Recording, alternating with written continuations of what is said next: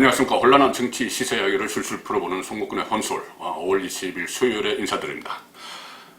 조금 전에 속보가 하나 들어왔습니다. 윤미향 씨와 이용수 할머니가 대구에서 어젯밤에 만나서 한 10분 동안 이야기를 했다. 이 이야기인데 이 소식이 민주당에서 나왔습니다. 언론 취재에 의해서 나온 것도 아니고 윤미향 씨가 말한 것도 아니고 민주당에 의해서 나왔습니다.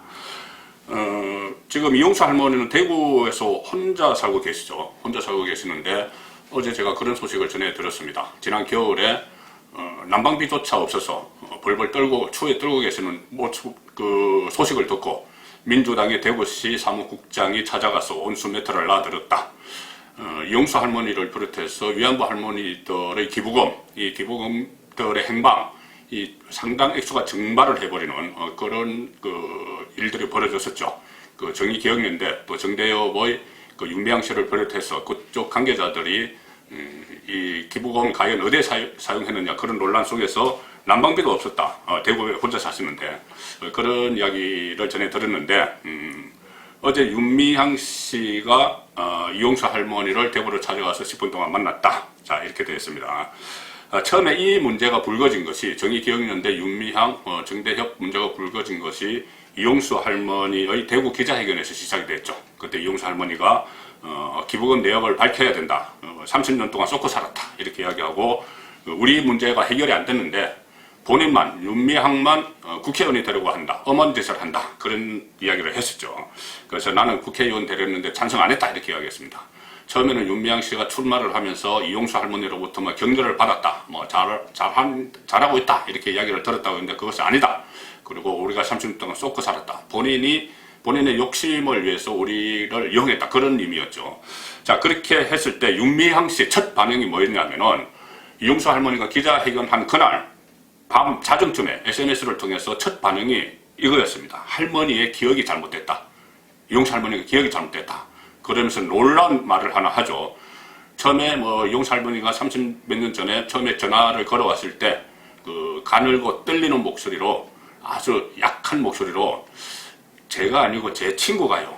이렇게 이야기를 했다. 그때부터 인연이 시작됐다. 이 말은 상당히 무서운 말입니다.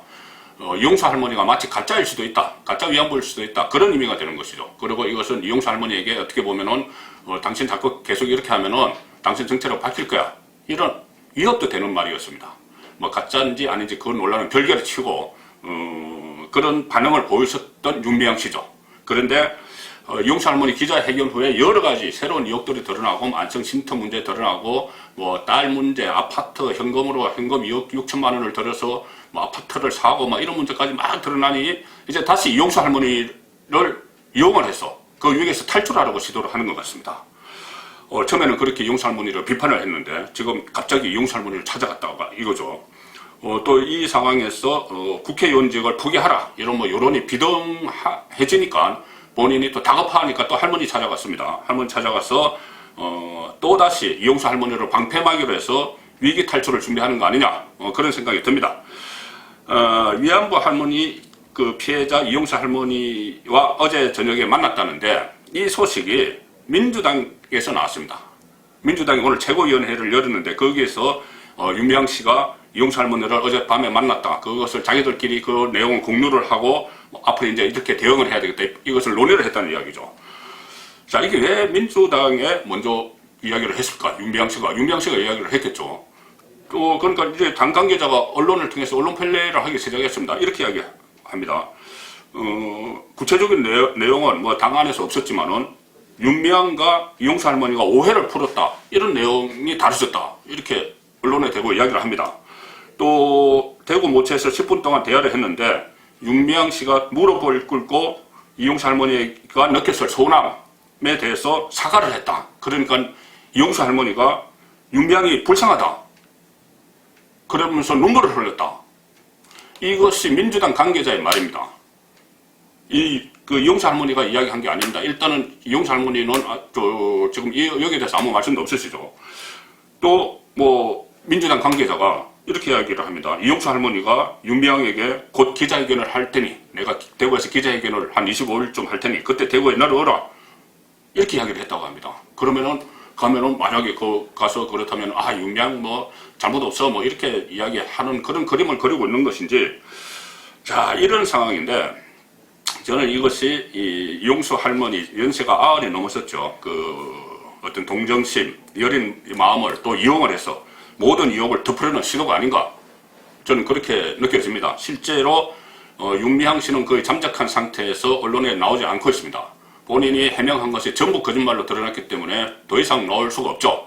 그 대신 이 민주당이 지금 나서고 있습니다. 제가 말씀드린 이것도 민주당에서 나왔고 민주당에 나서고 있습니다. 일단 청와대 이야기 먼저 해야 되겠는데, 청와대부터 이 파문을 일단은 덮으려는 태도로 일관을 하고 있습니다.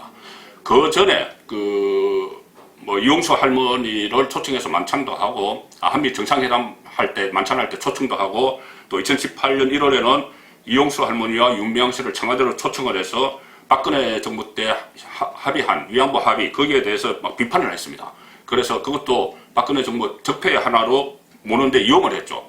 그때는 이거는 국정 운영의 일환이었습니다. 그런데 지금은 뭐라고 하냐면은 윤미향 씨 의혹에 대해서 국정과 관련 없다, 이렇게 이야기합니다. 그때는 국정과 관련이 있어서 청와대로 초청을 해서 박근혜 정부 시절에 합의를 비판을 하고, 그런데 활용을 했고 지금은 국정과 관련이 없다, 이렇게 이야기 딱 잡아댑니다.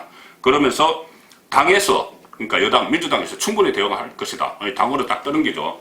근데 당에서는 뭐라고 합니까? 일단 어떤 진상조사나 자세한 이 사태 파악을 한 후에 향후 추이를 지켜보겠다, 이런 식으로 어정쩡하게 지금 대기를 하고 있습니다. 이해찬 대표가 적극적으로 그쪽 방향으로 몰고 가죠. 이낙연 당선자도 비판을 하고 있는 마당에 이해찬 대표가 지금 이 정도 사안을 가지고 심각하게 뭘 검토하고 그럴 부분은 아닌 것 같아, 이렇게 하면서 딱 교통전환을 합니다. 이것은 덮어보겠다는 이야기로 상황을 좀 더 보자, 이렇게 말을 했습니다. 상황을 좀 더 보자. 자, 지금 이용수 할머니에 대한 또 이 해유 작업이 시작이 됐으니 상황을 좀 더 보자, 이런 의미가 아닌지 지금 모든 상황들을 종합하면 그렇게 들립니다. 결국 또다시 이용수 할머니를 통해서 이 사태를 무마하려는 그런 시도가 이루어지고 있는 것 같습니다. 30년 동안 할머니를 이용해서 정치적으로 청와대도 그렇게 이용을 했고, 윤미향 씨는 국회의원까지 데리고 하고 있고, 정치적으로 그렇게 이용을 했고, 또 물질적으로 그렇게 이용을 해서 목적을 달성해 왔는데, 지금 다시 본인들이 코너로 몰리자 다시 또 이용수 할머니를 내세워서 민낯을 감추려는 그런 시도가 벌어지고 있습니다. 송문근의 혼술이었습니다.